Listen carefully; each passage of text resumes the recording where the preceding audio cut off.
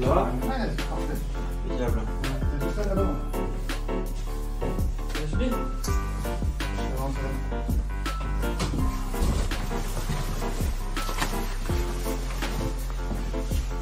bon, allez, on place.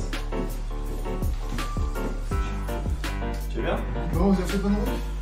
Ça va, pied, moi c'était. Là c'est assez chaud. C'est pas très loin. Je suis mince. Ça roule bien?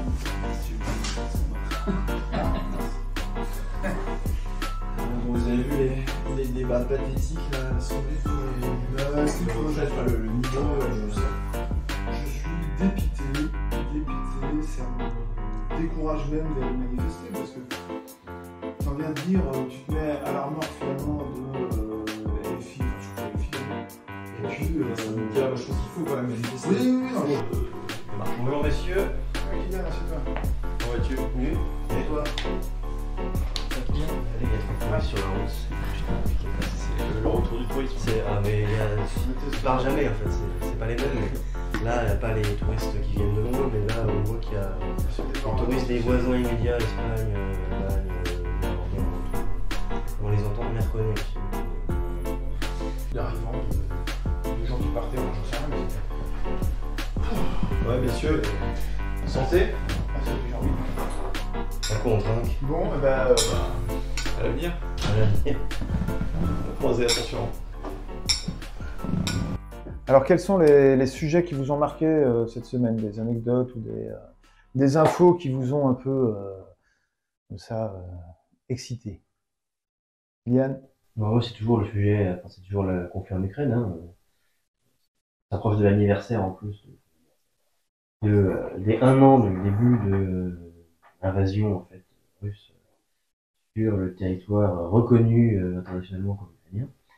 Et avec les rumeurs d'offensives de part et d'autre et disons les remous au niveau diplomatique qui pourraient conduire à une réouverture de négociations, le sujet est un peu relancé. Il était retombé, disons, après l'été dernier où il y avait eu paralysie du front, et c'est une reprise après des événements aussi du Nord Stream, etc. Donc il y a une actualité de plus en plus brûlante sur le sujet. Donc, sur Nord Stream, on parlera peut-être. C'est Seymour Hersh, ça, qui a sorti un papier qui a fait du bruit, puisque Une espèce de petite bombe, oui, qui n'est pas confirmée totalement. Mais ça semble confirmer les intuitions que tout le monde avait sur l'origine du sabotage, quoi. Ah, c'est pas un clown, c'est mourir.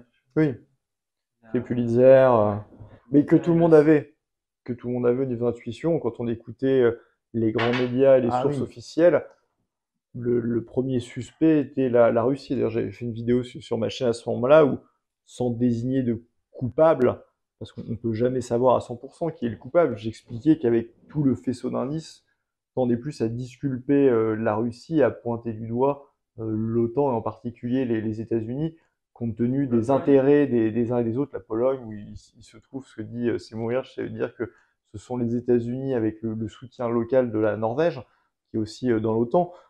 Donc évidemment, on n'a pas de preuves définitives, parce que lui-même dit avoir des sources, mais sans les annoncer, c'est des sources finalement orales et autres qui lui ont donné.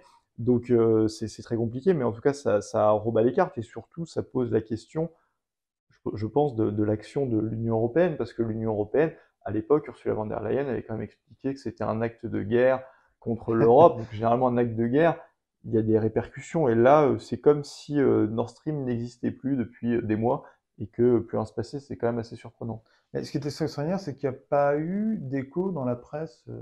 Enfin, j'ai pas l'impression. Il y en a eu un peu. La presse française. La Tribune et le Figaro, c'est les deux seuls médias que j'ai vus qui ont fait une dépêche très. Non, mais il faut dire qu'en France, on est dans une situation un peu particulière avec ce gazoduc, parce que concernait surtout l'Allemagne, qui était le pays récipiendaire où allait arriver le gazoduc, qui ensuite éventuellement redistribuait à ses voisins. Mais nous, en France, compte tenu à la fois de la structure de notre mix électrique, de nos fournisseurs de gaz, on est assez peu, on a assez peu de liens direct avec Ouais, Nord ça Stream. part un C'est peu plutôt loin. à travers les organisations internationales dont nous sommes membres éminents, l'Union Européenne qui est une organisation internationale sans vraiment l'être, et l'OTAN, parce que nos alliés sont concernés par ce gazoduc, que nous sommes concernés. Mais en soi... Il y a quand même le fait que le prix du gaz influe sur le prix de l'électricité en France. Oui, donc c'est à chaque fois à travers nos engagements, Ouais. jamais directement. Alors, je suis d'accord sur l'approvisionnement. Donc, la France ne risquait pas sérieusement de pénurie de gaz. En revanche, je rejoins tout à fait ce qu'a dit Antoine, c'est-à-dire que ça a joué sur le prix du gaz. Donc, quand même si l'approvisionnement en gaz, c'est pas le numéro 1 du mix énergétique français, quand le prix augmente, c'est un coût pour l'économie, et surtout le problème du marché de l'électricité de l'Union européenne qui indexe artificiellement le prix de l'électricité sur le gaz. Et on va peut-être parler d'actualité tout à l'heure de la réforme des retraites, mais je veux dire, il faut quand même avoir des ordres de grandeur, et le fait que la France doive payer pour un bouclier tarifaire pour protéger artificiellement de ce mécanisme de fixation des prix, ça a quand même coûté sur l'électricité plus de 45 milliards d'euros. Pour les retraites, on nous parle de notre déficit éventuel en 2030 de 10 milliards d'euros. Donc c'est pour donner des ordres de grandeur et se rendre compte du gâchis financier énorme qu'il y a là-dessus au nom d'une idéologie qui est celle de il ne faut pas déroger au mécanisme de l'Union européenne.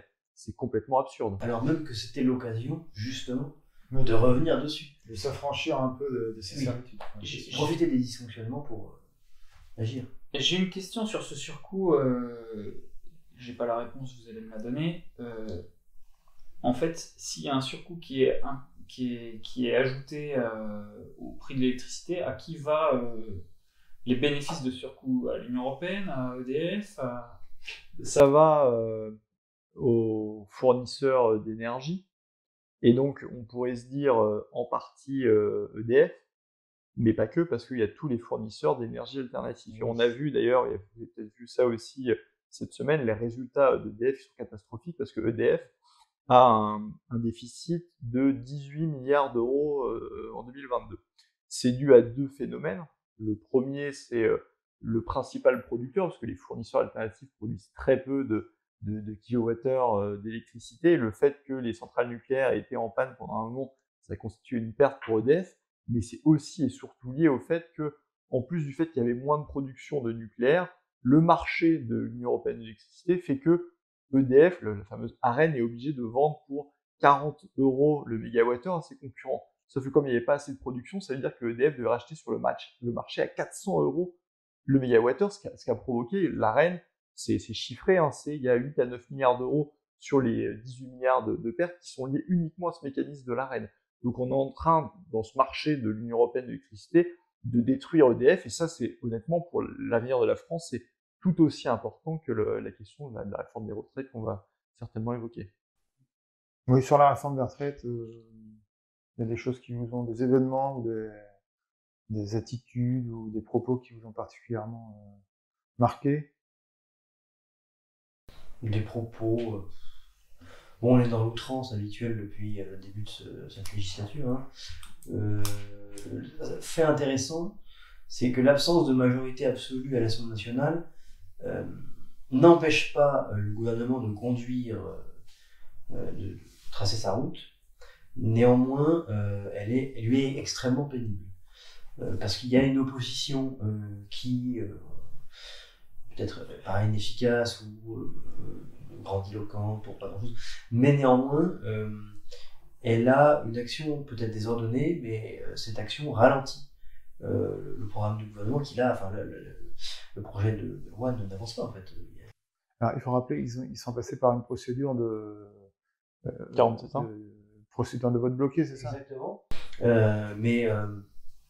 Parce qu'en fait, c'était assez. L'idée, c'était de faire passer la retraite à travers la loi de financement de la sécurité sociale. Ouais, c'est cartoqué. Et donc d'utiliser, voilà, exactement, et donc d'utiliser la procédure particulière pour le vote de la loi de financement de la sécurité sociale, qui est en fait identique à celui à la procédure prévue pour la loi de finances initiale, qui a été votée en fin d'année dernière. Le but étant d'éviter un scénario à l'américaine, vous savez, en fait, il n'y a pas de budget de voter, donc il n'y a pas de crédit. Donc ça veut dire que les administrations publiques ne sont pas financées. Et a fortiori tout. En fait, il y a un point que je voulais aborder et je trouve qu'on n'en parle pas beaucoup, mais on a eu ça pour l'énergie, on a eu ça pour la gestion du Covid, on a un peu ça pour la réforme des retraites. Le gouvernement parle, dans sa communication, parle à chaque fois comment dire, d'aligner les courbes. En fait, dans leur façon d'aborder les sujets, ils parlent tout le temps de chiffres en disant il faut aligner la courbe, il faut faire baisser la courbe, il faut... Et en fait, c'est l'illustration pour moi parfaite du fait qu'ils ne gèrent rien du tout. Et en fait, gouverner, c'est prévoir. Et en fait, dire on va aligner la courbe du Covid, on va aligner la courbe des consommations d'électricité, on va aligner la courbe des retraites, etc. Ça montre, pour moi, c'est l'illustration parfaite que c'est des gens qui ne gèrent pas et ou alors qui sont que dans la gestion et qui ne font pas de politique. Quoi. Et ça, je pense que c'est un point qui est assez intéressant.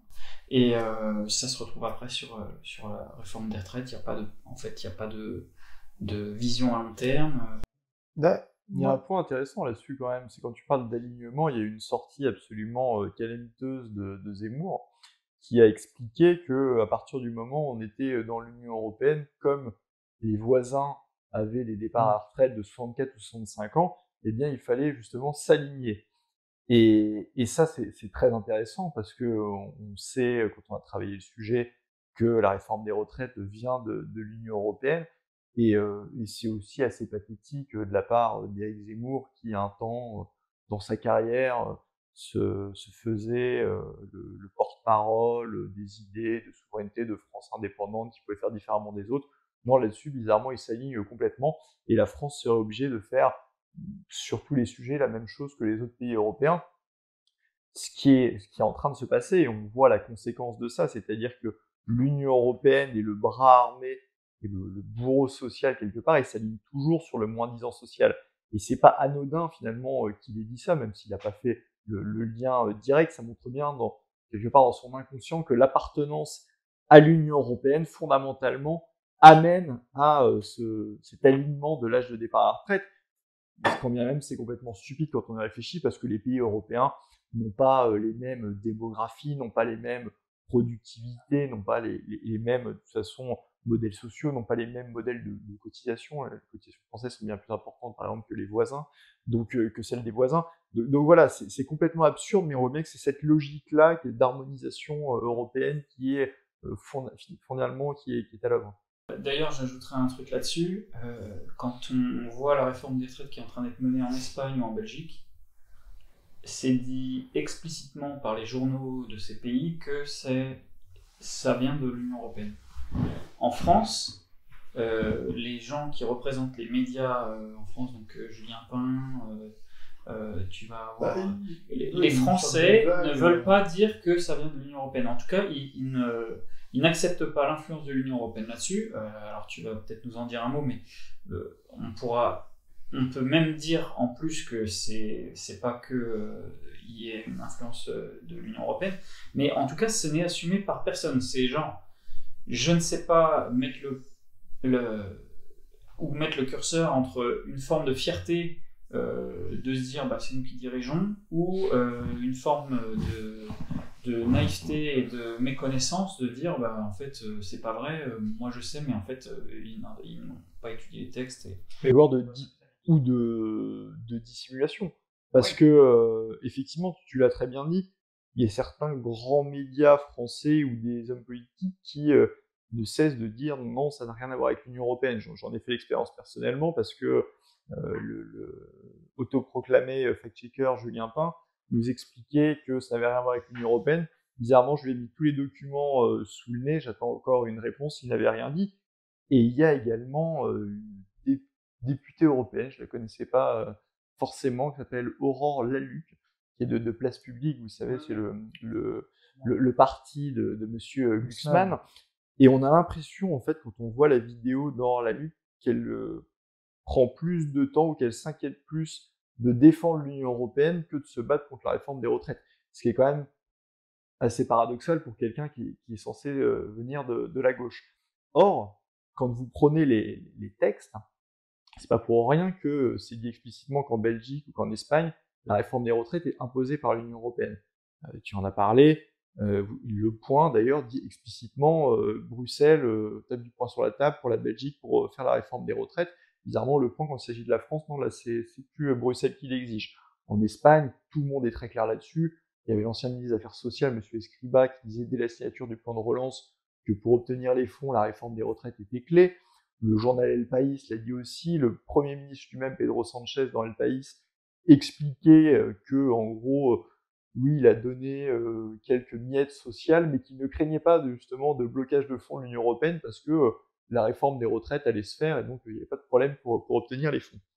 En France, quand on regarde les textes, il faut revenir à l'accord du plan de relance de l'Union européenne, du Conseil, il était mis explicitement que les fonds seraient débloqués si les plans de résilience présentés étaient en cohérence avec les recommandations. Alors, recommandations, ça peut être vague, il ne précisait pas d'année, etc. Il y a eu un communiqué de la Commission environ un mois après, qui était très clair, expliquait qu'il s'agissait des recommandations 2019 et 2020 de l'Union européenne. Et quand on prend les recommandations 2019 de l'Union européenne, il est mis noir sur blanc qu'il doit y avoir une réforme des retraites en France. Quand vous prenez après ça, justement, le plan de résilience de la France auprès de l'Union européenne, la réforme des retraites est mise. Donc je ne vois pas, on ne peut pas faire plus direct finalement que cela. Il y a encore des gens pour nier en fait ce lien-là, mais ce lien-là, il est clé pour comprendre la réforme des retraites. On voit en ce moment, aujourd'hui encore, j'ai vu Jacques Attali qui disait est-ce que Monsieur Macron va pas trop loin, c'est pas sûr. Il n'y a rien d'urgent de faire cette réforme des retraites, ça va être un boulet pour son quinquennat. Il y avait même Ouest France qui se posait la question. Pourquoi Macron s'obstine-t-il?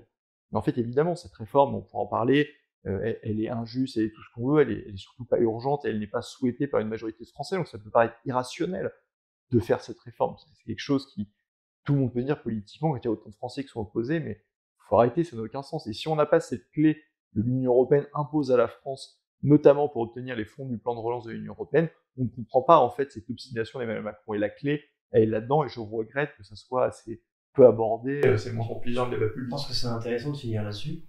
C'est que quand on regarde la différence entre l'Espagne et la Belgique et la France, c'est qu'effectivement dans le plan de résilience, le thème des retraites est abordé dans les trois, hein. Probablement dans d'autres États. Et la France a rédigé son plan de résilience, parce que les plans de résilience sont rédigés par les pays, en prenant en compte le contexte politique intérieur, et donc en prenant en compte l'intérêt très politicien de la majorité relative présidentielle et du gouvernement. Parce que il n'y a pas eu d'engagement effectivement de calendrier sur les mesures à prendre. En fait, il n'y a aucune mesure de détail et il n'y a aucun indicateur chiffré qui permette d'évaluer la pertinence ou non de la réforme par rapport au plan de résilience. Il n'y a que on va faire, c'est nécessaire de le faire, c'est-à-dire que c'est nous qui écrivons, hein, c'est nécessaire de le faire. Et on fixe des objectifs. Mais les objectifs, même si c'était très généreux, c'était des lignes directrices. Et on les retrouve dans le projet. C'était assurer le financement des retraites, l'équité, donc on parlait notamment on pense aux régimes spéciaux. Donc en fait tous les traits saillants du projet étaient déjà dans le plan de résilience, mais effectivement comme l'Union européenne n'a pas de moyens de coercition, de contrainte, et que c'était pas précis, on dit ben non, c'est pas l'Union européenne. Mais en fait c'est plus subtil que ça. C'est que oui, il y a un alignement de la France avec l'Union européenne sur le sujet, mais néanmoins il faut bien voir que le mouvement, même s'il est global, l'Union européenne en tant qu'instance d'uniformisation des différents régimes juridiques des États membres a pour rôle aussi, rien d'étonnant, a pour rôle de faire converger les États, quel que soit le moyen, peu importe que ce soit contraignant ou pas contraignant, qu'il y ait des détails, c'est pas important. Mais je pense que c'est pour ça que les médias n'insistent pas là-dessus, parce qu'effectivement, si on prend la lettre du plan, il n'y a pas de contrainte. Quand même, le moyen de coercition, c'est quand même de bloquer les fonds éventuellement du plan de relance. Et j'ajoute quand même qu'il y a aussi quelque chose sur laquelle jouer en la lutte et que beaucoup de gens jouent, c'est le terme même de recommandation. De dire, regardez, c'est des recommandations, donc c'est pas des obligations. Sauf que le terme de recommandation est bien antérieur. Entre-temps, il y a eu le TSCG, et il y a eu entre autres un règlement européen, qui est le règlement 1173-2011, c'est l'époque de 2011, qui explique justement qu'en lien avec l'article 121, qui est celui des recommandations, il y a la possibilité, si cette coordination n'est pas faite, de mettre une amende de 0,2% du PIB. Donc ça veut dire que déjà, ces fameuses recommandations n'étaient plus des recommandations, mais des obligations. Et là, c'est en plus gravé dans le marbre avec le plan de relance, donc c'est évidemment une obligation de l'Union européenne, et la pudeur qu'on a en France à faire comme si l'Union européenne n'existait pas là-dessus, effectivement, n'existe pas ni en Belgique, ni en Espagne. Bien, mais alors, pour les retraites, qu'est-ce que nous proposons? Qu'est-ce qu'on peut proposer aux Français, en fait? Puisque tout le monde dit, voilà, il y a une sorte de consensus pour dire que cette réforme est injuste, qu'elle n'est pas nécessaire, etc. On explique donc que c'est le calendrier, finalement, européen qui impose ça à Macron, même s'il est tout à fait en accord avec le fond et la forme de cette réforme. Mais qu'est-ce qu'on doit proposer pour que les Français comprennent que les retraites ne sont pas en danger, ou pas autant qu'on le dit, et qu'est-ce que ça implique? Je pense que là-dessus, il y a deux dimensions en réalité. Elle est injuste déjà, pourquoi dans les modalités de la réforme? C'est-à-dire que si on se dit potentiellement il y a un trou de 10 milliards et qu'on se dit qu'il faut les résorber, là, la méthode du gouvernement, c'est de dire on va taper uniquement sur les actifs, toujours les mêmes, et ce sont les seuls à contribuer. Il y a d'autres pistes, par exemple, qui pourraient être envisageables sur du court terme, si jamais il fallait résorber un déficit des retraites, et encore, qui sont des sommes ridicules par rapport à d'autres dépenses que fait le gouvernement, donc il n'est pas crédible là-dessus. Mais on pourrait se dire, par exemple, on augmente d'1 point la CSG. Pourquoi c'est plus juste? Parce que, certes, les salariés y contribuent, mais il y a aussi les retraités qui y contribuent, il y a aussi les revenus financiers, par exemple. Donc on peut se dire que ça, c'est déjà plus juste. Et après, je pense surtout qu'il faut voir le long terme. C'est-à-dire que pourquoi c'est injuste, c'est augmenter l'âge de départ à la retraite. On sait très bien qu'il y a plus de 50% des gens qui, après 60 ans, sont au chômage, ne travaillent pas. Donc quand vous augmentez l'âge de départ légal à la retraite de 62 à 64, ce ne sont pas des gens qui vont travailler 2 ans de plus. En réalité, vous allez avoir tout un tas de personnes qui vont être soit au chômage, soit au RSA. Et en fait, ça veut dire quoi? Ça veut dire qu'ils vont avoir une retraite qui ne vont pas être pleine. Ça veut dire que ça va être une décote et que ces gens vont avoir des retraites de misère. Donc c'est une façon de baisser le niveau des retraites sans le dire. D'ailleurs, la réforme précédente avait amené une paupérisation d'une partie des retraités. Donc ça, c'est indéniable et c'est complètement injuste. Maintenant, si on prend le long terme, au-delà, encore une fois, de la gabegie par ailleurs du gouvernement qu'on pourrait utiliser pour ça, je pense qu'il y a deux dimensions qui sont essentielles. Il y a évidemment la natalité, qui a été notamment saccagée sous François Hollande, mais il y a aussi la question de l'emploi. On sait très bien que si on relocalise l'emploi en France, il n'y a plus de problème des retraites, parce que vous avez des cotisants supplémentaires pour les retraites, et vous avez surtout aussi des allocations en moins chômage. Donc c'est tout bénef, et ça, c'est le déficit des retraites, c'est pas demain, c'est à 10 ou 20 ans, il y aurait la possibilité de relocaliser l'emploi, et ça, c'est en réalité la vraie solution. On dit toujours il y a trois options, soit vous baissez le niveau des pensions, soit vous augmentez les cotisations, soit vous augmentez l'âge de départ à la retraite. C'est absolument faux, il y a la natalité, il y a l'emploi, il y a plein d'autres Est-ce qu'on peut le choses bien chiffrer plus d'ailleurs, importantes. Est-ce qu'on peut chiffrer Je me permets juste un point, tu dis les gens vont partir à la retraite plus tard, donc ils vont être plus au chômage, et du coup il y aura un trou dans le chômage, et du coup on va dire qu'il y a un problème de chômage, et qu'il faut baisser les rémunérations, les allocations chômage, etc., etc. Et donc en fait c'est un cercle sans fin, et je pense que la solution de relocalisation... Mais il faut vraiment insister sur le fait que le nombre d'heures travaillées pour financer les retraites ne revient pas nécessairement au nombre d'heures travaillées dans la semaine, ou même au nombre d'années travaillées, au nombre de trimestres travaillés par les mêmes actifs. En fait, ça renvoie surtout à ce que dit Charles-Henri sur le chômage, et d'une manière générale sur, si on étend sur l'inactivité, puisqu'il y a des gens aussi qui ont renoncé à chercher un travail, donc ils ne sont plus classés dans les fiches du chômage, ils sont inactifs. Enfin, si la situation économique s'améliorait, ils pourraient retourner à l'emploi. Et en fait, c'est un vrai choix de politique publique qu'on a fait. On a fait le choix du chômage avec l'Union européenne, avec la lutte contre l'inflation, avec la monnaie forte, etc. Effectivement avec l'euro donc. Et donc on a fait le choix du chômage, donc on a fait le choix de reporter de plus en plus la charge du financement de plus en plus de retraites sur un nombre d'actifs de plus en plus limité. Or, le nombre de retraités augmente, puisque là, c'est les classes 45-75, donc les plus nombreuses qui arrivent. Et par ailleurs, on a un nombre de plus en plus limité d'actifs. Donc c'est comme si, en réalité, on fait reposer un poids de plus en plus lourd sur des pieds de plus en plus fragiles.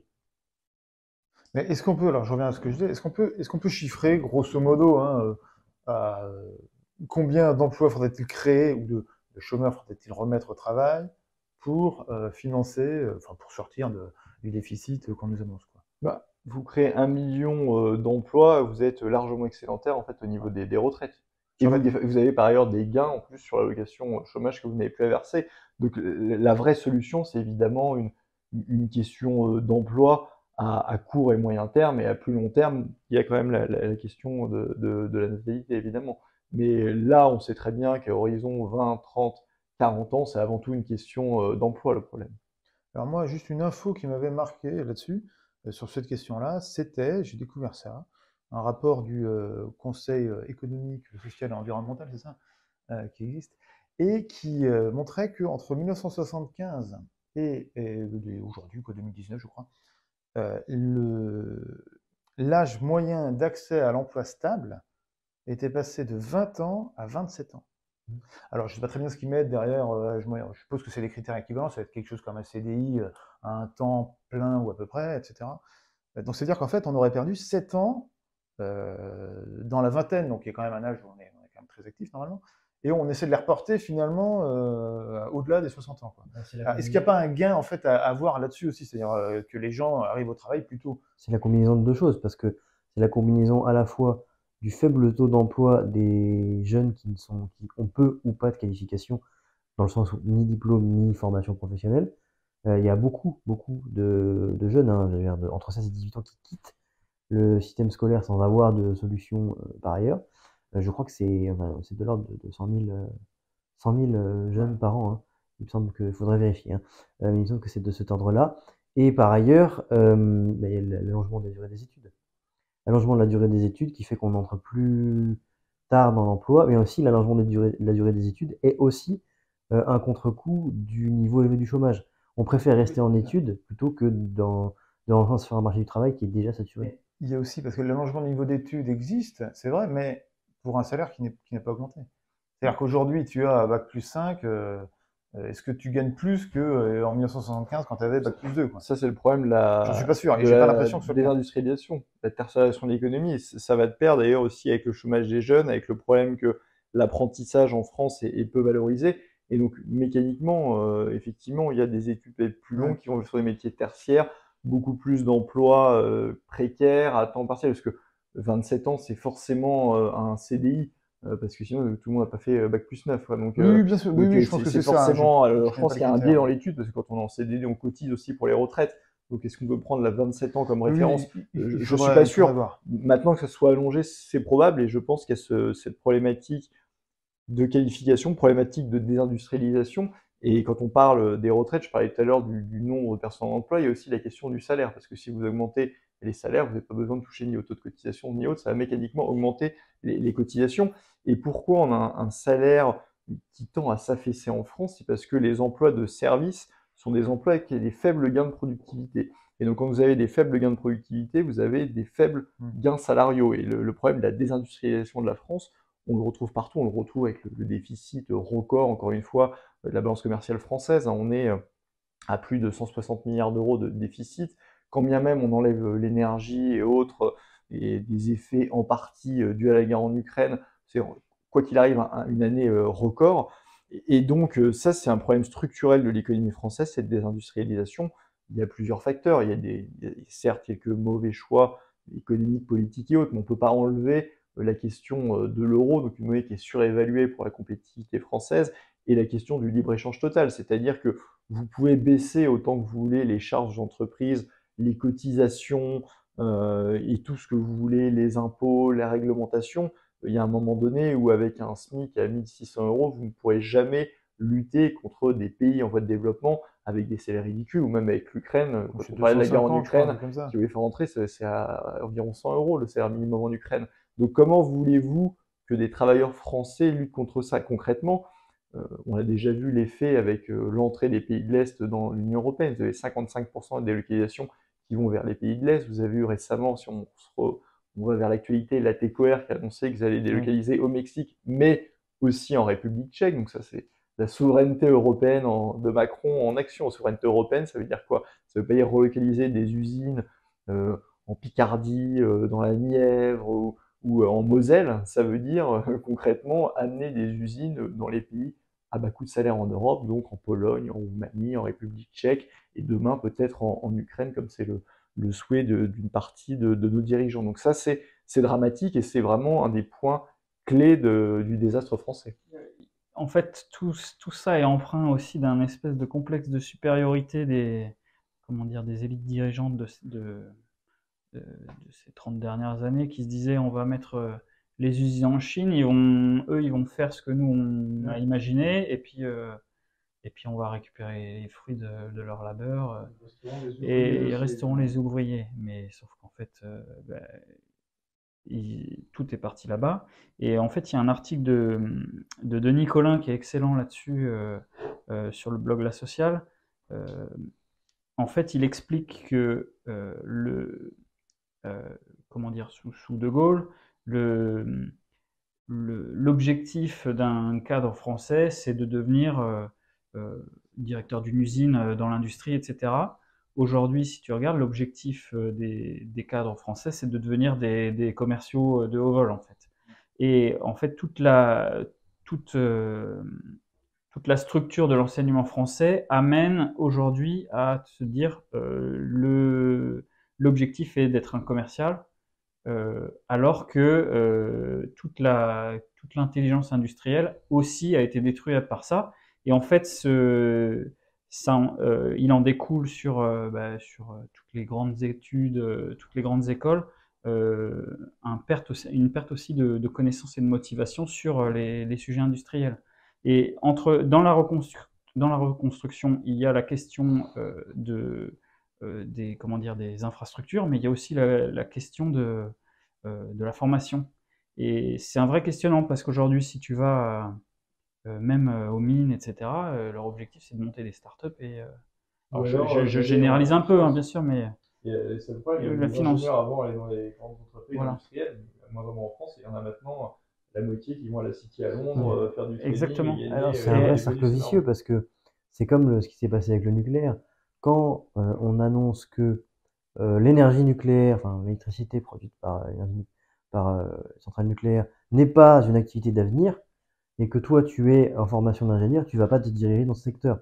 Donc ça fait 20 ans, enfin même en fait plus, ça fait 30 ans que ce discours règne. Donc forcément, il y a une perte de compétences aussi, parce que personne ne veut y aller. Et donc les professeurs, les formateurs partent en retraite, eux-mêmes n'ont pas transmis leurs connaissances, il y a une rupture en fait dans la chaîne de connaissances, et le savoir-faire est perdu, et on se retrouve ensuite à des allongements de chantier comme à Flamanville, qui sont aussi en partie dus à ça. C'est-à-dire qu'il a fallu aller chercher ailleurs ou reconstruire des savoir-faire qu'on avait mais qu'on a perdus. Parce que ça va très très vite. Alors, les signaux envoyés ont été mauvais, quoi. On a voulu déprimer des filières, presque inconsciemment. C'est à la fois un signal, c'est à la fois un signal, disons, emploi, et un signal prix aussi.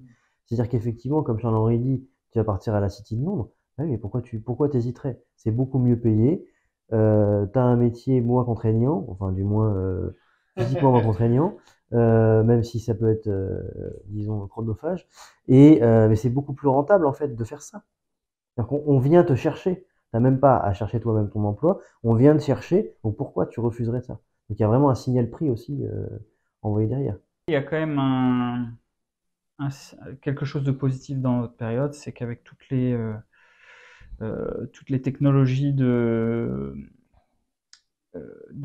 pour l'enseignement, etc., je pense qu'on peut reformer une forme d'élite sur ce type de sujet plus rapidement que de partir de zéro, où tu dois avoir un prof pour 20 élèves, etc., avec les télécommunications et tout ça, Internet, tout ce qui est formation en ligne, etc., tu peux remonter des filières beaucoup plus rapidement. Ça nous permet de boucler un peu d'enchaîner sur l'intelligence artificielle avec ChatGPT, on en parlera tout à l'heure. Oui, bah écoute, ce que tu dis, moi, me fait penser à tout comment dire, le bruit qu'il y a eu autour de ChatGPT, là, ou GPT, je sais pas comment. GPT en français, ça fait un peu bizarre. Enfin, c'est pas un mot très heureux pour le coup. Sur l'intelligence artificielle, quoi, ce qui reboucle un peu avec ce que nous disions tout à l'heure sur le fait que les ingénieurs, comment dire, s'évaporent un peu, quoi. C'est-à-dire que finalement, quel va être dans ce, comment dire, avec le problème de l'emploi, est-ce qu'il va y avoir une tension sur l'emploi créée par l'intelligence artificielle? Et si oui, au niveau de quels emplois? Alors on sait que Laurent Alexandre est un très grand fanatique défenseur de l'intelligence artificielle. Il est persuadé qu'il n'y aura plus jamais des boueurs parce qu'on tout sera par drone. Moi, je suis persuadé que c'est pas du tout ça qui va se produire. Mais bon, je suis pas. Oui, en fait, Laurent Alexandre parle beaucoup d'Harari, qui est un peu oui, qui inspire Klaus Schwab. Je sais pas si là, c'est pas Schwab. Bah, en tout cas, c'est un peu lié les réflexions et c'est le discours les inutiles avec les dieux. Et je trouve que ta théorie elle est intéressante, donc tu peux peut-être nous la. Bah, moi, je pense que c'est les gens comme Laurent Alexandre qui vont disparaître. Voilà. J'allais dire dans quel camp se trouve Laurent Alexandre. C'est ça. En fait, moi, je pense que l'intelligence artificielle telle qu'elle est conçue va en fait supprimer les postes de ce qu'on pourrait appeler les tâcherons de l'information, les tâcherons intellectuels. C'est-à-dire que les gens qui n'ont pas de compétences forcément particulières, qui étaient pas mauvais à l'école et qui se retrouvent à rédiger des articles de presse un peu bidons, tout ce dont on est abreuvé en termes de communication, quoi. En fait, un robot peut le faire. Et ce qu'on appelle le bullshit job, en fait. Ouais, un peu, ouais, c'est ça. Et je suis pas du tout sûr, moi, que ça ait en fait une incidence sur les travaux où les contacts humains sont impératifs et où en fait la plus-value, c'est essentiellement le fait que c'est quelqu'un d'humain qui le fait, quoi. Donc, et pas tellement. Et puis tous ceux aussi où tu as besoin d'une confiance dans la relation. Je suis pas sûr qu'on demandera à un plombier robot de faire sa plomberie. Enfin, malgré tout, sur ce que dit Harry, il y a quand même quelque chose, c'est-à-dire que je pense que potentiellement la raréfaction des ressources, etc., et de la baisse de l'énergie fait qu'il y ait besoin de retourner au champ, de plus de manipulation, de métiers manuels, etc., qu'on ne pourra pas remplacer forcément par des robots parce que matière première et puis énergie. Et du coup, que plutôt une partie des gens qui font les bullshit jobs reviennent à des métiers, disons, plus manuels et plus, en fait, plus, entre guillemets, utiles, quoi. Bah donc, ça a quand même un aspect assez comique, si c'est ce qui se produit, de voir que ceux qui promeuvent, en fait, l'intelligence artificielle, qui aujourd'hui en font les éloges, sont sans doute les premières victimes dans cette perspective. Laurent Alexandre Auchan, quoi. Alors, c'est toujours difficile de faire des conjectures comme ça sur l'avenir. Moi, ce qui m'a marqué, disons, ce pourquoi, pour moi, ça ne peut jamais remplacer un humain, c'est que cette fameuse, alors peut-être que c'est pas encore parfait et autres, mais ce fameux chat GPT, quand on regarde les réponses, en fait, on voit qu'il y a un énorme biais idéologique dans les réponses. Et donc, c'est pour ça que cette question qu'on poserait à un humain, chaque humain est singulier et différent. En réalité, cette question, répondue par des humains, il y aura pas autant de réponses qu'à de personnes, mais quasiment, parce qu'il y a évidemment des sensibilités différentes selon les sujets. Et or, on voit que l'intelligence artificielle ne traite pas ça au mieux. Peut-être qu'à l'avenir, elle pourra dire, selon la pensée de telle ou telle personne, la réponse serait comme ci, serait comme ça. Mais en réalité, il n'y a jamais une réponse à une question. Il y a des multiples réponses. Et on voit bien que c'est quand même la limite de cet outil-là, en tout cas en particulier. T'as une opinion, t'es censé être remplacé par ChatGPT à l'avenir. Bah, je sais pas, il paraît que le métier de la comptabilité. Non, mais je fais pas de comptabilité, moi. Ouais, c'est vrai. Mais oui, non, mais c'est vrai que la comptabilité est un des métiers qui est le plus, potentiellement le plus menacé par l'intelligence artificielle, du moins dans le versant, enfin, dans la composition des différents documents. Ensuite, en rentrant dans les subtilités, il y aura toujours des humains dans le processus, ne serait-ce que parce que pour contrôler, il y a des supervisions, et puis ensuite, je veux dire, comment réaliser des artifices comptables quand la comptabilité est automatisée? Non, mais c'est exactement comme exactement comme avec les bullshit jobs, enfin ce qu'on appelle bullshit jobs. Alors c'est très difficile les contours sont très difficiles à tracer. Mais l'intérêt d'un bullshit job aussi, c'est que le supérieur qui tolère l'existence du bullshit job, même en sachant que son subordonné ne sert à rien, le laisse parce que c'est son subordonné. En fait, il y a des... C'est psychologique. Donc en fait, c'est une question... je pense que le principal frein à une emprise de l'intelligence artificielle, outre les limitations techniques, ce sera ce qu'on appelle souvent en cinéma la vallée de l'étrange, quoi.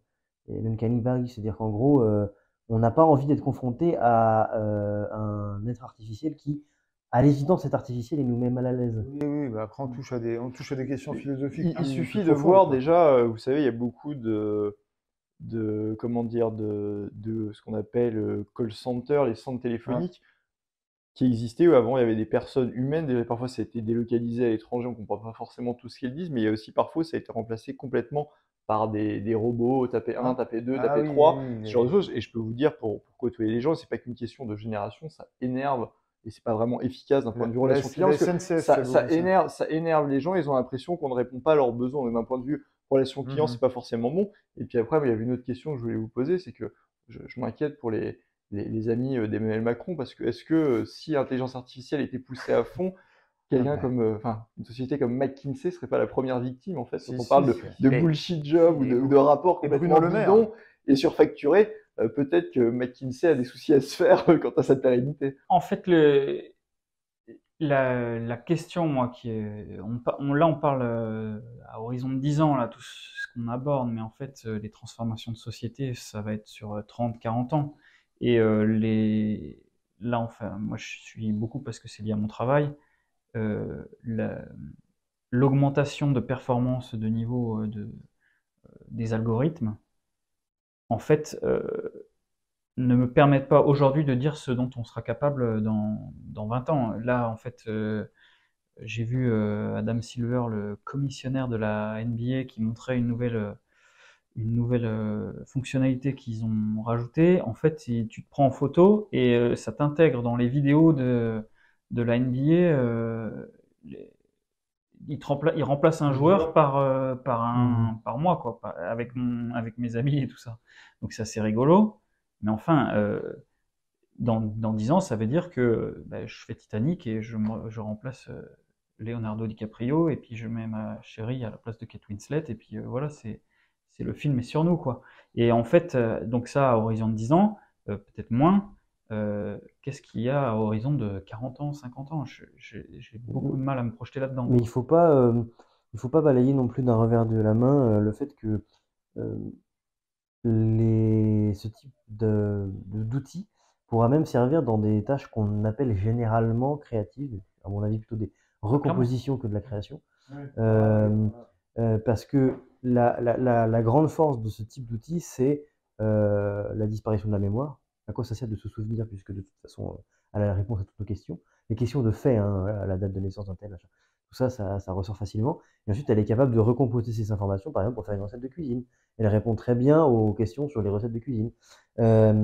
Et on voit, il y a même des IA maintenant qui réalisent des œuvres graphiques, en fait, de faux tableaux. Et c'est pour ça d'ailleurs, là, toute la question, c'est est-ce que ce sont de faux tableaux? Pas des faux tableaux dans la mesure où c'est pas peint. Non, c'est pas peint. Mais par contre, voilà, il y a quand même une composition graphique. Et donc l'IA intègre, infiltre aussi les secteurs qu'on estime par excellence protégés. Mid-journée. Non, moi là-dessus, moi j'ai pas trop d'inquiétude là-dessus en fait. Mais effectivement, ça risque pour les illustrateurs, vont être terriblement. Toute la création graphique. C'est ce que tu disais, c'est-à-dire que c'est pas un homme comme Picasso qui va être en danger. C'est l'illustrateur qui travaille pour un magazine. Oui, mais pour accéder pour créer un homme comme Picasso, il faut tout le parcours pour arriver à Picasso. Et si en fait toutes les étapes intermédiaires, tu vas être une merde par rapport à une intelligence artificielle, est-ce que tu vas avoir la motivation nécessaire pour accéder au... Oui, ça, je suis assez d'accord, c'est-à-dire qu'en fait, ça supprime les conditions qui font que l'écosystème artistique de manière générale et créatif de manière générale, c'est ce que je disais tout à l'heure, c'est que c'est un signal déprimant, quoi. Alors là, vraiment, de façon radicale. Mais c'est pour ça aussi, je pense qu'il faut lutter contre ça, c'est-à-dire leur dire, en fait, vous avez votre chance, comme tu le dis, parce que elle t'apporte ce que tu es toi, et en fait, une IA ne peut pas, même si elle le fait très bien, elle ne va faire que recomposer des choses qui sont déjà finalement attendues selon un cahier des charges précises. Mais ce qu'un créateur apporte, lui, il apporte avec lui le cahier des charges. Il apporte quelque chose qu'on ne lui avait pas demandé, en fait. Et l'IA n'est pas capable d'apporter une chose qu'on ne lui a pas demandé.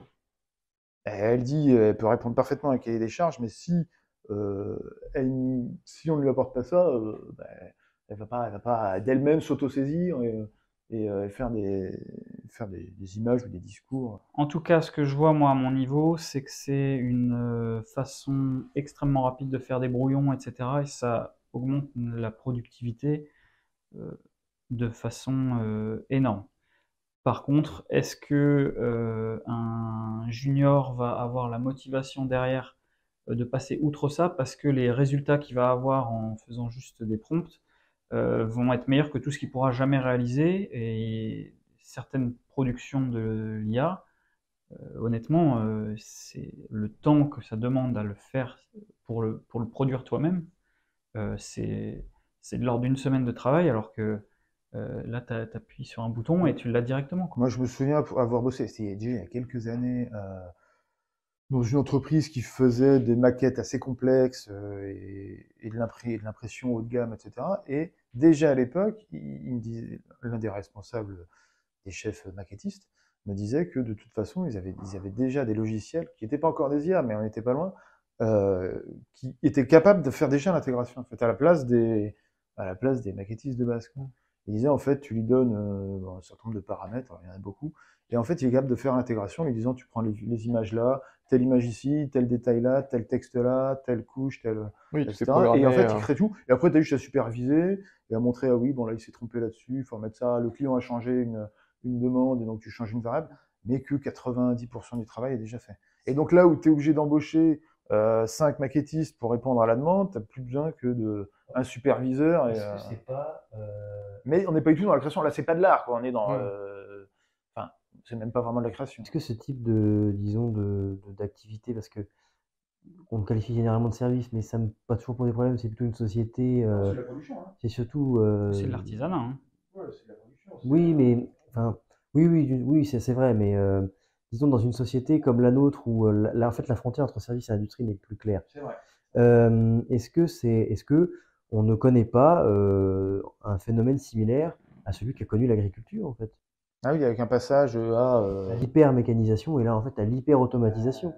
C'est possible, avec mais les instruments de 3D, on est un peu dans cette mais on endroit-là. disait déjà la même chose de l'informatique, et finalement il y a encore beaucoup d'emplois, il y a des emplois différents, mais il y a encore beaucoup d'emplois. Moi, si la question c'est est-ce que vous pensez que l'intelligence artificielle va mettre fin au travail, moi j'y crois pas, parce qu'il y a tout un tas de, comme on l'a dit, de métiers où il y a besoin de contact humain, et même à partir du moment où il y a une automatisation, une intelligence artificielle, il y aura besoin de contrôle derrière, donc je pense qu'il y aura toujours du travail derrière. Maintenant, je suis pas devin pour dire dans quelle quantité, dans quel truc, mais pour moi, il y aura toujours du travail derrière. Bon, de toute façon, c'est une question plus philosophique que politique. Malgré tout, Non, mais ça peut avoir des répercussions. Donc il y a un impact politique, ce qu'il faut, à mon avis, anticiper un petit peu sur la transformation de l'emploi. il y a un autre point là-dessus, un autre argument, je pense, en défaveur de la généralisation de l'IA, c'est, en rapport à ce que tu disais, hein, dans la continuité, qu'il y a aussi un problème de responsabilité. C'est-à-dire qu'il y a tous les métiers à responsabilité, et tu as toujours un tant soit peu de responsabilité, surtout dans nos sociétés hyper judiciarisées. Comment tu fais si une IA se plante? Ou si elle ne répond pas à ton attente, etc. Alors qu'elle est présupposée parfaite, ou si imparfaite, en tout cas neutre, objectif, c'est-à-dire qu'il n'y a pas de volonté de tromper. Comment tu fais? Et moi, c'est Oui, s'il y a des accidents de C'est ça. voitures autonomes, Ouais, des ce genre de crashs choses. d'avions À et quel autres, point, voilà, effectivement, c'est ça. À quel ça point entre en tu es conflit, capable, toi, de te dire, je m'engage auprès d'un programme informatique, mais si ça déconne, je me retourne contre qui? Oui, d'un point de vue des assurances, d'un Et point donc, de vue je de la sais pas, justice, ouais, c'est des vraies questions. Et je pense que ça, c'est encore un nouveau mur, un nouveau plafond qui fait que ça va pas se généraliser. À moins de donner la personnalité juridique à l'IA. Ouais, Alors ça peut faire rire, mais il y a pas que des êtres humains qui ont des personnalités juridiques dans le monde, hein. Dans certains États indiens, par exemple, des statuettes peuvent avoir une personnalité juridique au sens du droit indien parce qu'elle représente une divinité, etc. Donc, enfin, il y avait encore au début du XXe siècle, il y avait des procès d'animaux, hein. Un singe, par exemple, à Londres qui avait fumé, une cigarette, bon, bref. De comment? C'est en Angleterre. Oui, oui. Et enfin, soit on donne la personnalité juridique à l'IA, soit c'est une chose donc qui fait l'objet d'un droit de propriété, donc c'est un bien, Voilà. ou alors c'est une chose qui fait l'objet d'un droit d'usage, donc c'est l'usager, donc ça dépend. En fait, on va revenir sur les mêmes problématiques actuellement, sur le chat du voisin, le pitbull qui a mordu quelqu'un dans la rue, ou sur la moissonneuse batteuse qui est devenue folle. Non, et donc, bah voilà, la guerre en Ukraine va sur ses 1 an, là, ce sera dans un mois à peu près. Où est-ce qu'on en est? Est-ce que vous avez des échos? J'ai l'impression que le front s'est un peu stabilisé, enfin moi je suis pas ça de très très près. Alors, de ce que j'ai suivi, vous savez que à la fin 2022, c'est l'Ukraine qui faisait des avancées avec un front russe qui était assez dégarni Ouais. sur certaines zones. Depuis, il y a eu la levée des troupes russes et il y a surtout l'Ukraine qui arrive à bout de ses stocks de munitions. Il y a des évaluations qui disent que quand l'armée ukrainienne tire un obus, l'armée russe en tire 5 à 6. Donc il y a un déséquilibre des forces qui est évident et l'armée russe est en train de reprendre des territoires, quand bien même elle n'a pas envoyé toutes ses forces dans la bataille. Et en face de ça, on a les gouvernements occidentaux qui sont dans une sorte de surenchère en disant il faut envoyer des munitions, des armes lourdes, voire des armes de longue portée à l'Ukraine pour résister contre la Russie. Alors pour les munitions, on peut les comprendre parce que l'Ukraine, si elle arrivait au bout de ses munitions, bah, concrètement, elle perd de facto. Mais on a l'impression de dire il faut jusqu'au bout se battre pour l'Ukraine, il faut le faire jusqu'à ce que l'Ukraine ait retrouvé l'intégralité de ses territoires. Mais il y a les vœux pieux, il y a la réalité militaire et géopolitique. C'est-à-dire que militairement, à l'heure actuelle, c'est impossible que l'Ukraine arrive à reconquérir le Donbass. Le déséquilibre des forces est beaucoup trop fort. Et on a l'impression qu'ils sont en train de se voiler la face et de crier de plus en plus fort au fur et à mesure que la situation militaire est en train de s'inverser en faveur de la Russie. Donc il y a une déconnexion assez énorme et qui va annoncer certainement une sorte de désillusion énorme de l'OTAN, voire d'humiliation. Et ça, c'est assez incompréhensible. La position que devrait être la France, mais comme j'ai dit depuis le début, la France n'a malheureusement pas tout fait pour éviter la guerre, contrairement à ce qu'on a dit. Emmanuel Macron avait un as dans sa manche qui était de mettre un veto à l'entrée de l'Ukraine dans l'OTAN, notamment lorsqu'il est allé voir Poutine. Il ne l'a pas fait, donc tout n'a pas été fait pour éviter cette guerre. Il y a d'ailleurs Merkel, Johnson, Hollande eux-mêmes qui ont dit que les accords de Minsk n'avaient jamais vocation à être respectés, que c'était juste pour gagner du temps vis-à-vis pour l'Ukraine, donc c'est absolument dingue. Donc évidemment tout n'a pas été fait pour éviter cette guerre, mais un gouvernement français qui serait indépendant, déjà s'il était indépendant, il serait crédible, parce que la France qui s'aligne complètement sur les États-Unis, comme c'est le cas à l'heure actuelle, elle n'est pas crédible, parce qu'on va voir directement le patron, on va pas voir le subalterne. Donc une France qui serait indépendante aurait la légitimité de dire, écoutez, faisons un cessez-le-feu, aboutissons à un accord qui pourrait comprendre une sorte de démilitarisation de l'Ukraine comme État tampon, pourquoi pas un référendum, mais sous l'égide de la communauté internationale en ce qui concerne les régions russophones du Donbass, essayer d'arriver en fait à une solution de paix et d'arriver surtout à l'heure actuelle à un cessez-le-feu pour éviter les morts des deux côtés. Mais on a l'impression que c'est tout le contraire, on est vers une sorte de fuite en avant, et en disant battez-vous jusqu'au dernier Ukrainien, en fait, les Ukrainiens sont utilisés comme de la chair à canon dans une guerre qui les dépasse entre États-Unis, Russie. Et donc, je pense que c'est assez irresponsable et même abject en fait d'avoir cette position qu'on nous présente comme la position, au contraire, de grand cœur et de bienveillante. Je pense, si on y réfléchit bien, que c'est tout le contraire qui est vrai. Moi, j'ai remarqué, enfin, puisque tu parles d'abjection, que en fait, les Ukrainiens, j'ai l'impression, hein, les Ukrainiens se fantasment complètement l'Union européenne, ne se rendent pas du tout compte qu'en fait, ils vont être pillés par l'Union européenne quand ils y seront, et qu'en fait, ils auront fait la guerre pour devenir asservis, quoi. C'est pas exactement le même sujet, hein, parce que la Russie n'est pas opposée à l'entrée de l'Ukraine dans l'Union européenne. Ah oui, oui, bien sûr. Là, je parle au point de vue ukrainien, comme dans la rhétorique, dans la propagande, c'est-à-dire, je me dis, ça va être un choc terrible pour les Ukrainiens, quoi qu'il résulte de la guerre, une fois qu'ils seront entrés dans l'Union européenne. Mais de toute façon, à partir du moment où vous avez 80, alors à moins qu'ils ne remboursent pas, mais il y a 80% des aides financières, notamment des États-Unis, qui sont des prêts. Donc ça veut dire que concrètement, plus, ils vont être dans la main des États-Unis. Ça ne va pas être un État souverain après ça. Oui, une partie est versée sous forme de prêt et une partie sous forme de subvention. Après, il y a tous les dons en matériel, par contre, qui sont pas payés et qui sont des dons, en fait, hein, vraiment. Donc, le matériel, par exemple, les canons César que nous avons donnés ou qui sont issus de l'armée danoise n'ont pas été payés. Enfin, c'est un don. Donc, personne ne les paiera jamais, quoi. Alors, par contre, si, évidemment, Nexter est très content parce que il va falloir refaire les stocks. Donc là, j'ai vu qu'ils ont doublé leur volume de production et ils ont déjà réduit aussi le temps de fabrication de chaque canon et ils prévoient encore d'augmenter leur production. Donc évidemment, pour Nexter, c'est donc forcément pour l'emploi en France, hein, d'une certaine manière, puisque c'est un des secteurs où on a une forte industrie encore. Donc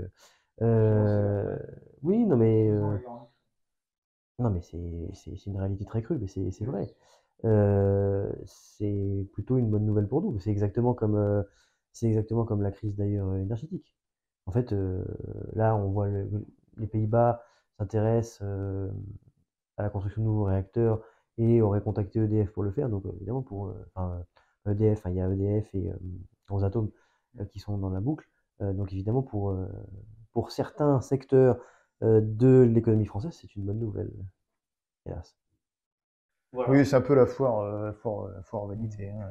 Sur ces sujets-là, on a un peu à boire et à manger, c'est le moins qu'on puisse dire. Alors, écoutez, pour conclure, peut-être un petit tour sur les perles ou les petites infos révoltantes ou pas forcément révoltantes, ou drôles ou cocasses que vous avez, qui vous ont marqué. Moi, j'avais un truc, j'ai vu un tweet de Jacques Attali que j'ai bien apprécié. Oui, Jacques Attali.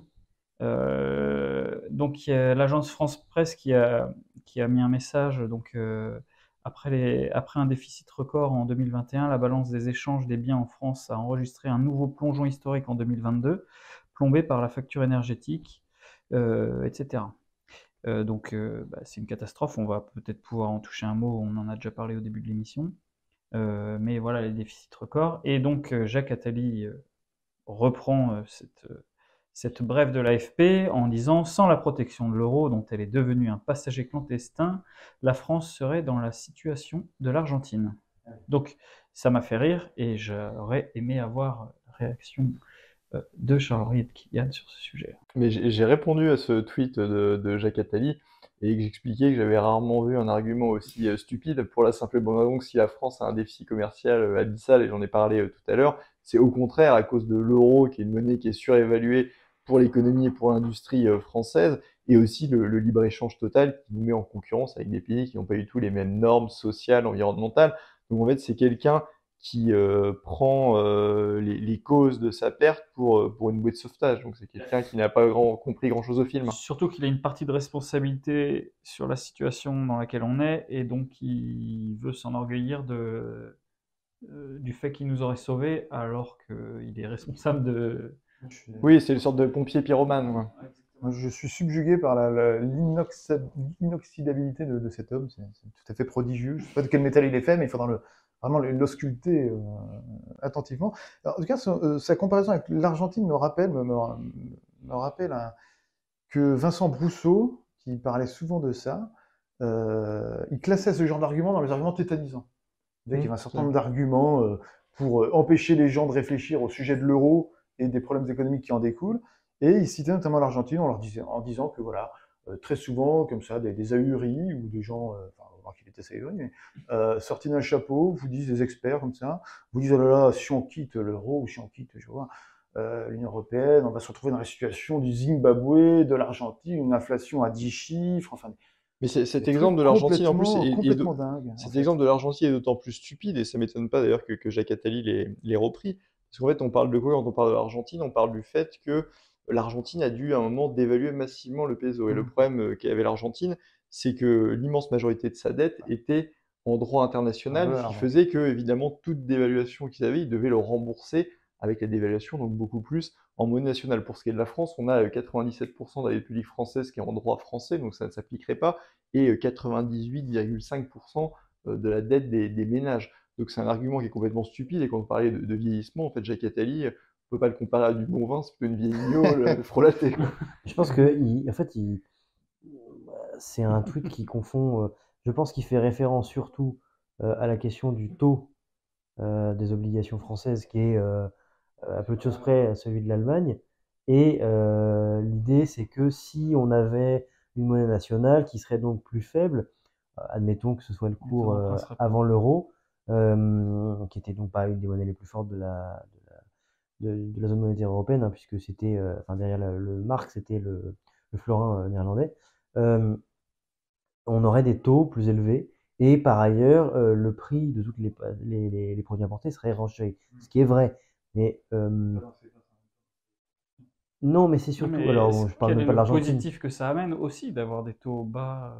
Non, mais c'est lié au fait qu'il n'y a pas peu d'inflation. C'est surtout que c'est toujours c'est un hyper zoom. C'est-à-dire que tu zoomes sur un élément. Enfin, je veux dire, l'Union européenne procure des avantages à chacun de ses membres. Si on zoome, c'est évident.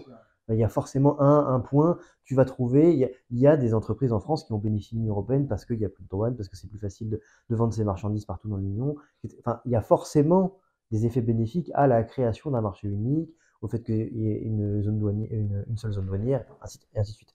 Mais oui, mais c'est un peu comme dire j'ai un cancer donc j'ai maigri, quoi. Oui, c'est peut-être un peu fort, mais c'est une certaine manière de le dire. C'est ça. Il faut prendre un spectre large, en fait, c'est ça. Il faut prendre un spectre large. Après, Twitter n'est pas vraiment l'arène pour ça. Après, sur l'Argentine, il y a une différence aussi, c'est qu'ils exportaient du bœuf, des céréales, mais ils importaient tout.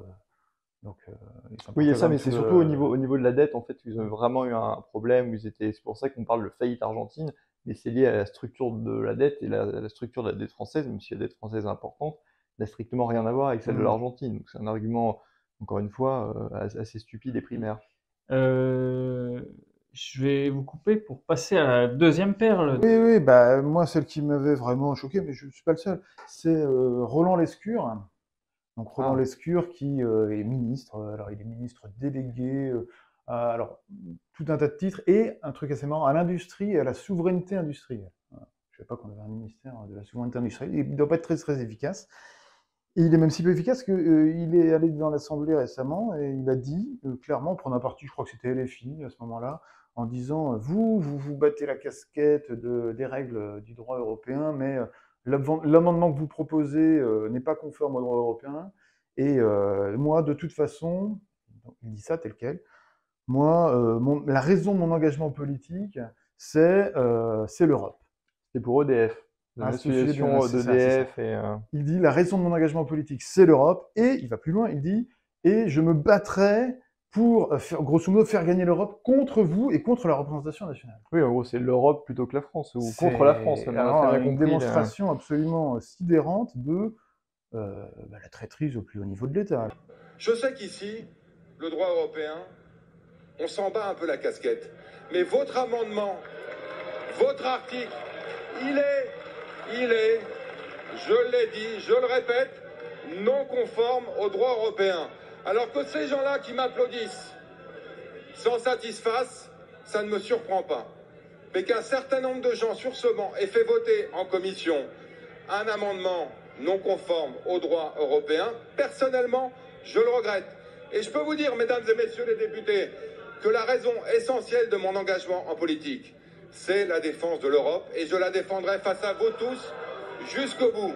L'Europe, nous l'avons changée, vous voulez en sortir, l'Europe, nous continuerons à la changer, mais nous y resterons. Le fait de nommer cette personne en tant que chargée de la souveraineté industrielle en dit long sur... Mais il faut se rappeler qui est Roland Lescure, hein. C'était la même personne qui, dans ses écrits, appelait de ses voeux la cession du siège français au Conseil de sécurité de l'ONU, voire de la force nucléaire. Donc c'est quelqu'un qui a des traits, comment dire, de collaboration. Ah oui, on est sur un degré d'abjection, comme on disait tout à l'heure, qui est assez soufflant. En plus, il s'en cache même pas. Je pense que pour lui, c'est quelque chose Il vient d'où ce monsieur? C'est un ancien du PS? Je sais plus très bien. Je connais pas son pédigré, mais en tout cas, c'est pas très Il est reluisant. député, alors il est député de la première circonscription de l'étranger. Je sais pas ce que c'est la première circo de l'étranger. C'est pas les États-Unis? Je crois que c'est l'Amérique du Nord, hein. Canada, États-Unis, Mexique peut-être. Voilà. Monsieur Lescure.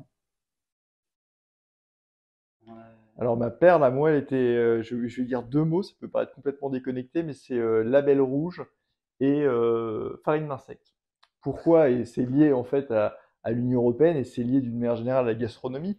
On a appris cette semaine que l'Union européenne voulait remettre en cause le label rouge, donc un label d'excellence de qualité du poulet français. C'est d'ailleurs dans cette même semaine où on a appris que c'était fini, ça y est, le traité de libre-échange entre l'Union européenne et la Nouvelle-Zélande. Donc c'est la même Union européenne qui n'arrête pas de mettre des normes à nos éleveurs, à nos agriculteurs, mais qui, dans le même temps, signe des accords de libre-échange à tour de bras avec le reste du monde et qui met en concurrence nos agriculteurs et qui détruit ce label rouge. Donc ça, c'est assez quelque part sidérant et c'est inquiétant pour l'évolution de la gastronomie française. Et encore une fois, dans le même temps, il y a eu l'autorisation de la part de l'Union européenne d'introduire dans l'alimentation des farines d'insectes. Donc ça veut dire concrètement, et en plus c'est sous des dénominations latines, donc vous ne savez pas, ça va pas être marqué farine de grillon dedans, mais il sera possible dans les produits transformés. D'ailleurs, ça ne sera même pas indiqué pour les produits qui ne sont pas sous emballage, typiquement un morceau de pain comme ça chez boulanger ou autre, il n'y a pas d'obligation de l'indiquer. Et donc vous allez manger, vous ne le savez pas, mais du pain C'est à pas bientôt, la farine de grillon. L'autorisation est faite, donc ça devrait arriver, en sachant en plus qu'on parlait de souveraineté.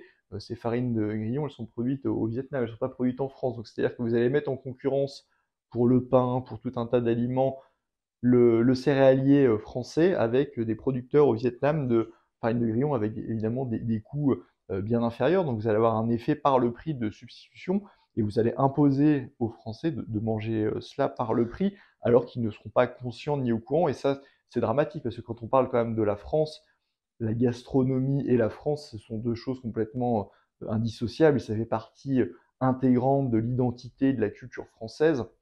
Et d'ailleurs, c'est une des valeurs, je pense, qui est le plus partagée par les Français, peu importe leur origine, d'où qu'ils viennent. Il y a un attachement français à la gastronomie. Ça fait partie vraiment de notre identité.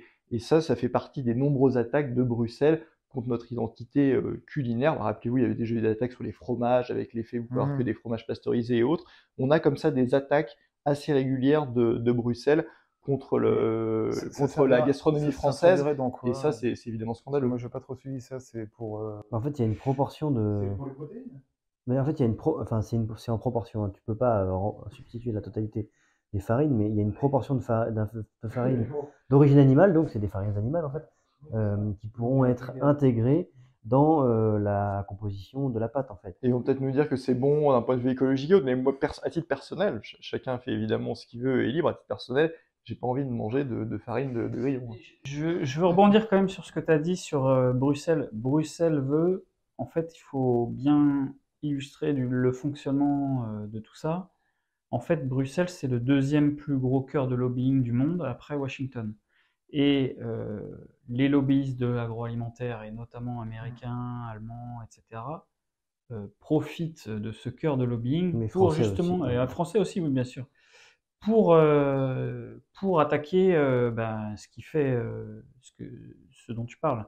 Et en fait, c'est pas une volonté politique en fait de Bruxelles de nous effacer, c'est juste l'organisation du lobbying. À l'origine, le lobbying, on disait le trafic d'influence en France. En l'appelant lobbying, ça passe beaucoup mieux, mais il n'en reste pas moins que c'est des industriels qui mettent l'argent au panier pour faire une espèce de corruption. Bon, c'était déjà arrivé il y a quelques années autour de la fabrication du chocolat. En France, avec l'introduction de matières grasses végétales, notamment, ça peut être la palme, etc., le copra, enfin ce genre de choses. La même chose Et sur le miel. l'idée, c'est de substituer une partie du beurre de cacao par des huiles, des matières grasses végétales.